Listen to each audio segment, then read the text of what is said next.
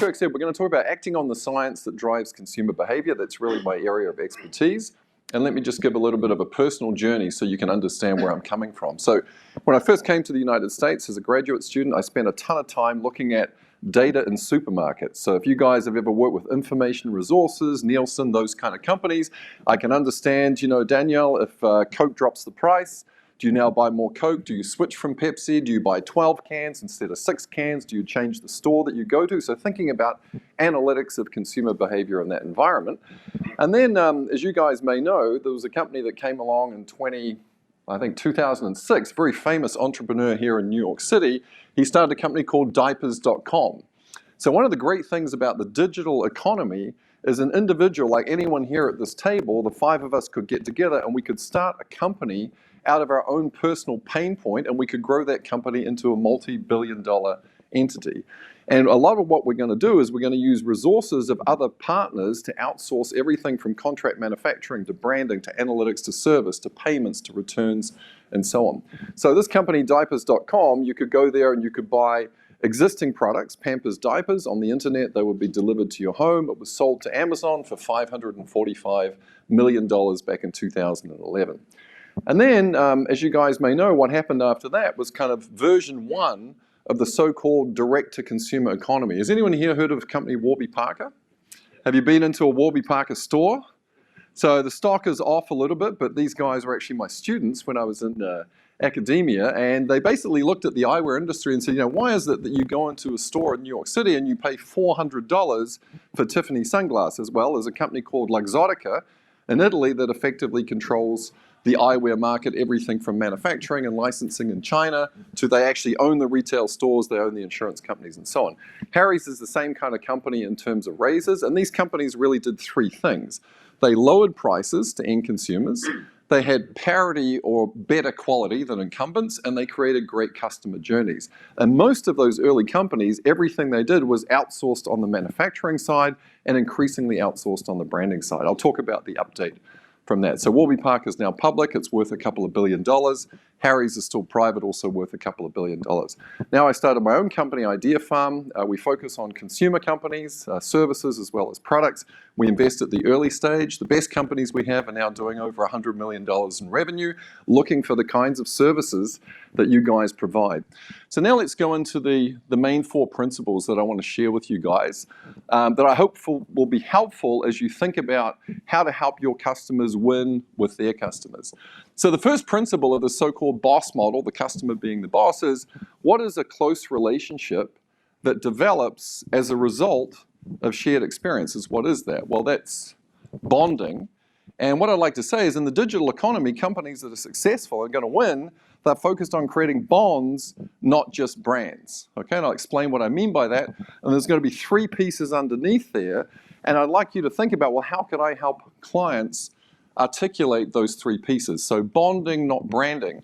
What are some of the things? If you're in the domain of a company where you're focused on helping companies understand brands and bonds, there's sort of 3 things you want to do that I'll go through very quickly. So the first thing is these companies need to deliver functional, emotional, and symbolic value. So products have to work. You have to convince customers that you sort of feel good through doing it, and you show, because we live in a social world, that my purchases actually make sense, and I kind of show that to others. So functional, emotional, symbolic. Here's a company, I have to start with one from New Zealand. Anyone here wearing any Allbirds? Oh, good man, fantastic. Okay, there's no fee for you to come to the conference now, so that's good. So again, this was started by a New Zealand football player and an Australian guy, and it started as a Kickstarter campaign. It's now known as the world's most comfortable shoe. The company recently went public. I think it's worth a few $1 billion, okay? Next thing you have to do in the digital economy, and this is where I think a lot of you guys who are in the analytics space can really help. How do you develop an authentic and transparent personality or persona for these brands? So I'm old enough to remember 1993, okay, 1993. Kirk was, a very young man in 1993. He's just in high school coming out. In 1993, there was a cartoon in the New Yorker magazine, very famous cartoon. And there's a little dog, and he's standing up like this. And he's on the computer, the dog. And dog number 1, he's talking to dog number 2, his little dog friend. And he says, on the internet, nobody knows you're a dog, okay? And the point is, on the internet, it's this anonymous place, You can build a beautiful website, you don't know what's behind it, and so on. But now in 2022, the internet is very much about being authentic and transparent. So this company here was started by a friend of mine in 2016. It was sold to Bayer for $225 million during the pandemic. And what did he do? He used analytics to give you customized vitamins. So one of the worst product categories you can buy is vitamins. You even go into Whole Foods, there's shelves full of vitamins. You know you should take vitamins. Which ones do I eat? I have no idea. So this company, Care Of, if your website is takecareof.com, you go in there, and let's imagine the handsome gentleman with the beard. Imagine your name's Alex, and it says, what is your name? And he types in Alex. And then it asks you a question. Are you curious about vitamins? Do you know a lot about vitamins? Or are you a skeptic? Always 3. And you answer. And you go through a series of these questions, and at the end, out comes made for Alex vitamins. And the reason why this company sold for $225 million to a big pharma company, Bayer, is because they really cracked the code on dealing with customers in an authentic and transparent way. Does that make sense? The other company here is a friend of mine in LA. I love this company. One of the worst products you can actually use is toothpaste. Terrible product. Full of chemicals, bad for your teeth, bad for your gums. So what happens to that tube? It ends up in the ocean off the coast of Mexico. You go swimming, you're like, what the hell? There's, Colgate toothpaste in the ocean. So a friend of mine was very sort of angry about that. So she built a new kind of toothpaste that's a pill. Again, based on customer insight, called Bite. They won Shark Tank. If you like Shark Tank, have a very profitable business. The third thing you have to do, and I know there are companies here that can help with this, is you have to then also create strong content and an engaged community. And there are actually really interesting brands where the content is created before the product, okay? Where somebody actually goes out and builds an audience. You all know what MVP is, right? Minimum viable product. Just as important, MVA. What is your minimum viable audience? If you don't have an audience in the digital economy, you're finished. So this brand here is, again, another one from New Zealand, Rascal and Friends. Very, very interesting company. It's now making hundreds of millions of dollars. It's here in the United States as well. And what the founders do is they built a fantastic product. The product is maybe better than, I don't know if there's anyone here from Kimberly-Clark, I hope not, better than incumbent products. And then they'll go into the supermarket industry and they'll say, well, we'll give it to you, but not to you. And your supermarket has 50 followers on Instagram. Like I have 50,000 followers, and if this product is in the store, families and mums are going to come into your store and buy it. And now you don't have to discount Pampers, and you're going to make a lot more money. So when they launched this in New Zealand, which is a small country of 40 million sheep, okay, and 5 million people, they moved the market share from one supermarket to the other. It's only a duopoly in New Zealand. So they gave it to supermarket 1, not to number 2. Supermarket 1 market share went up about 3 percentage points, and they made $200 million in revenue in 18 months. And now the product's in the United States. And it was all built around analytics of creating community that gives the brand power to now go to a retailer. But in the digital economy, what you want is you want orators, not customers. And here's the 3 things that we need to help these companies do if they're going to accomplish that. So first of all, what's your shareable story? And what's the reason for people to tell it? So Warby Parker, the company I showed you at the beginning, that's now a $2 billion company listed on the New York Stock Exchange last year, people loved it because when you buy a pair of Warby Parker glasses, this is true, somebody else in Guatemala now gets a pair of glasses. Every 1-for-1 is sold.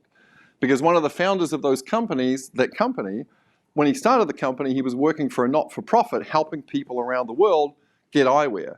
Because if you can't see and you can see better, you can get a better job, you can help your family, you can get educated and so on. So what's the shareable story? The second thing these customers have to think about is who are the relevant influencers? So those of you in the room who are doing sort of AI, analytics, thinking around customer behavior, who are the key people that you want to tell this story? And of course, there are famous people like Ryan Gosling. It's kind of nice if he's wearing your product, sort of a handsome, famous guy. But there's also people like Tyler Oakley, that if you use analytics and you use data, this is a guy, sort of a minor influencer on the internet. If he opens up that box of Warby Parker glasses and he talks to his 3 million followers on YouTube, they're going to get really excited about what he's doing. And there's actually a classic academic study called the million follower fallacy. I think this is really fascinating. There's 3 measures in the digital economy that tell me how important you are, okay? So number 1 is how many followers do you have on TikTok, on Instagram, on, pick your Snapchat, Facebook, how many followers do you have? That's a proxy for how famous you are. Okay, Beyonce has a lot of followers. Shaquille O'Neal has a lot of followers. Number two, there's how many people share the stuff that you say. They retweet it, they share it, and so on. You know, New York Times gets a lot of reshares. And then number three, how many people actually like you? They give you upticks, they give you likes, it's positive affect. And what the research says is, what's most important is to try and through data find people who are liked and who have interesting content. And if you can find those people for your clients, they will help spread the story. Does that make sense? Okay. And then the last thing, I'm sure there's people in the room can help with this. This one to me is amazing. How do you build incentives to grow the customer base organically? Because for these new digital companies, the most important source of new customers are the existing customers that they already have. Okay. Now, you can, of course, motivate people with intrinsic incentives. I like Warby Parker, so I'm going to share the story. Okay. But you can also motivate them with things prosaic, things like money. Okay. So I'm going to give an amazing example for this. So remember that company I showed you, diapers.com? Okay, so in the beginning, we put together a loyalty program. And the way the loyalty program worked is, if I sign up Mario, I send Mario an email, I give him my code number, and Mario signs up to diapers.com, then I get $1 credit into my account to buy more diapers. Does that make sense? So how many customers do you think, what percentage could be bothered to engage in this kind of behavior? 2%, 90%, what do you reckon? Very good. I'm going to keep going to Mario. He's got all the answers, okay? It was about 8%. So 8,000 customers from 100,000 are sharing this thing to try and get $1, okay? Now, if you share it, Mario, to somebody, how many customers on average do you think does one person bring in? Any idea? Is it 3? Is it 10? What do you reckon?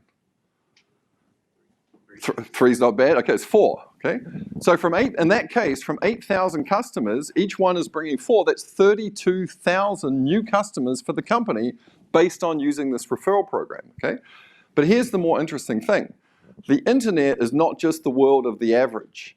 The internet is the world, of the extreme. Has anyone here in the room never heard of Gangnam Style? I'm not going to do it. Has anyone here in the room never heard of the Ice Bucket Challenge? Okay. The internet is the world of the extreme. And so what we found is if you look at the top 100 customers, the top 100, they created 150 customers each. 15,000 new customers coming from 100 customers. Because maybe some family, they had twins. I don't want to pay for diapers. And the guy printed out a coupon like this, and he put it on every car on Fifth Avenue. People can do that. You put the incentive, you just put the carrot, they can do what they want. So when Mark Law launched his second company, it was called Jet.com. Okay? So Jet.com sold to Walmart for $3.3 billion. So he's doing pretty well. His first company sold to Amazon $500 million. His second company he sold to Walmart for $3.3 billion. But his biggest problem when he started Jet.com to compete with Amazon was that he didn't have any customers. So we went back to this diapers.com research and he said, how through analytics, how can we get customers quickly? So he put an incentive out on the internet. He said, okay, Jesus, if you sign up 10 customers, I give you 1 year of free shipping. Okay? If you sign up 20 customers, I give you 2 years of free shipping. But here was the really big carrot. He said, if you sign up the most customers, I will give you 100,000 shares of stock in my company. Wow, okay. But the internet is the world of the extreme, and there was a fellow in Philadelphia called Chris Martin, and what he did is Eric Martin, he spent some of his own money to build a referral program. I don't know if he used any outsourced from our network, but he built a software program to refer new customers. He referred 8,147 customers. When Walmart bought Jet.com for $3 billion. This guy, he's quite happy, him and his wife and his little kids, he made $20 million. Okay? The internet is the world of the extreme. The physical world and the digital world, they're complements, they're not substitutes. And because of the digital world, the physical world gets more important. Why? Because in the digital economy, your audience has an audience. In the old days, if Mario and I have a store, 100 people come into the store. At the end of the day, how many people learned about our store and our product? Maybe 110. 10 people told their wives or husbands, so 100 gives us 110. This museum of ice cream, if they have 1,000 people come into this thing on one day, they're going to get maybe 20,000 digital impressions, reshares, memes, TikTok videos, Instagram, and so on, right?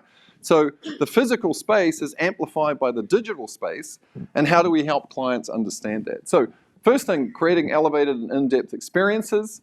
Second thing a lot of companies are trying to do, this is a company you can visit in New York if you wish to, Bonobos. Remember the one acquired by Walmart for $300 million? This was a clothing store, and you go into the store, and the store is very small. It's smaller than this room, and a fellow gives you like a nice cup of espresso. He recognizes you're from LATAM. You don't want to give you crappy coffee, so here's your cortado, okay? And then you sort of try some stuff on, and they send it to your home. So there's no burden of carrying the inventory, okay? And then the third thing you want to do is you want to embrace technology that allows customers either through tracking, scanning QR codes, RFID tags, and so on, to make that space more efficient. So elevated and in-depth experiences, operationally efficient locations, and then locations that have technology that amplify the technology that everybody's got in their hand, okay? Now, I have no opinion on the guy personally, but you think about Elon Musk, right? Think about what that guy did with showrooms, not stores, in the auto industry.